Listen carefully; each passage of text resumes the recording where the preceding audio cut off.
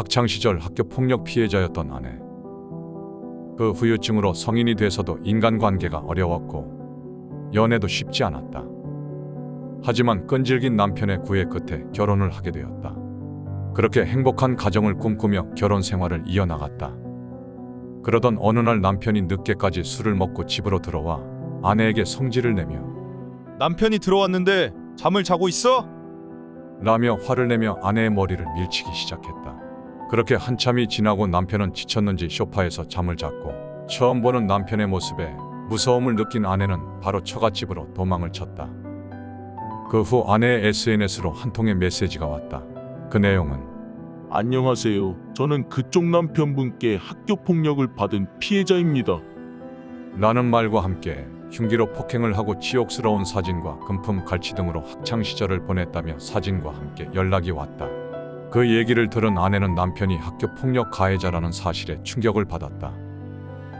그 후 피해자라는 사람과 직접 만나서 이야기해보기로 했고 만나서 들은 이야기는 더 경악스러웠다. 남편과 그의 친구 무리가 옷을 벗기고 집단 폭행, 감금, 고문 등 악독하게 피해자를 괴롭혔고 결국 남편은 징계로 강제 전학 처분까지 받았다고 했다.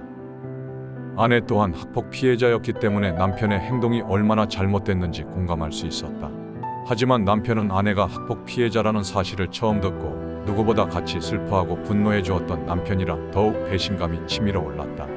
남편에게 증거들을 가지고 사실관계를 확인하니 발뺌하다 결국 남편은 인정하며 그냥 어렸을 적 실수한 거야. 다른 사람들도 그 정도는 했을걸?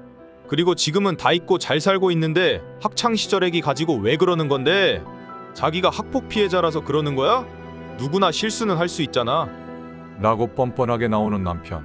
하지만 아내는 점점 폭력성을 보이는 남편과 잘 살 수 있을지 확신을 할 수 없게 되었고 언제 또 폭행을 할지 알 수 없어 결혼 생활을 이어갈 수 있을지 고민이 되는 아내.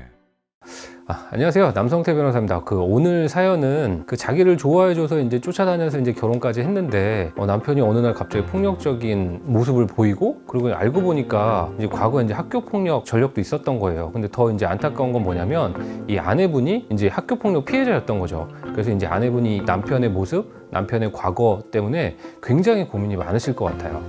남편의 과거 학폭 사실만으로도 이혼 사유가 가능할까요? 이게 굉장히 어려운 문제인 것 같아요. 왜냐하면 그 결혼이라는 거는 사실 뭐 결혼식을 해서 이제 결혼이 되는 건 아니고 남편과 아내가 될 두 사람이 우리 서로 이제 결혼하자라고 이제 의사 합치를 하는 일종의 뭐 계약이라고도 볼 수 있거든요. 이런 의사를 합치할 때는 상대방에 대한 어떤 객관적인 여러 조건이 있을 수 있잖아요. 이런 것들에 대한 것들이 다 전제 조건이 되는 하에서 이제 의사 합치를 하고 결혼하자라고 이제 얘기를 하는 거거든요. 근데 최근에 이제 학교 폭력이 굉장히 큰 이슈가 되고 있잖아요. 그래서 이 학교 폭력이 있었다라는 거를 숨기고 결혼을 했다라고 하면 현 상황에서는 이혼도 가능하지 않을까 싶어요. 왜냐하면 이것들이 굉장히 이제 중요한 부분으로 이제 자리를 잡았다라는 거죠. 이 학교 폭력이 갖는 의미, 학교 폭력이 밝혀졌을 때 어떤 사회적 비난 이런 모든 걸 감안해 봤을 때 만약 결혼할 때 학교 폭력이 있다는 사실을 적극적으로 숨겼다라고 하면 그 자체로 이혼도 가능할 수 있을 것 같아요. 네. 아내를 한번 폭행하기 시작했는데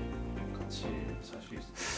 그래서 이게 민감한 질문일 수도 있는데요. 사연자분한테 이런 남편하고 살아야 된다 말아야 된다 어떤 결론을 드리긴 좀 힘들 것 같아요. 그런데 제가 이제 상담도 여러 차례 진행을 해보고 사건도 유사한 사건에서 이제 이혼 사건도 진행을 해보면 이런 폭력적인 성향은 사실 잘 변하지 않는 것 같아요.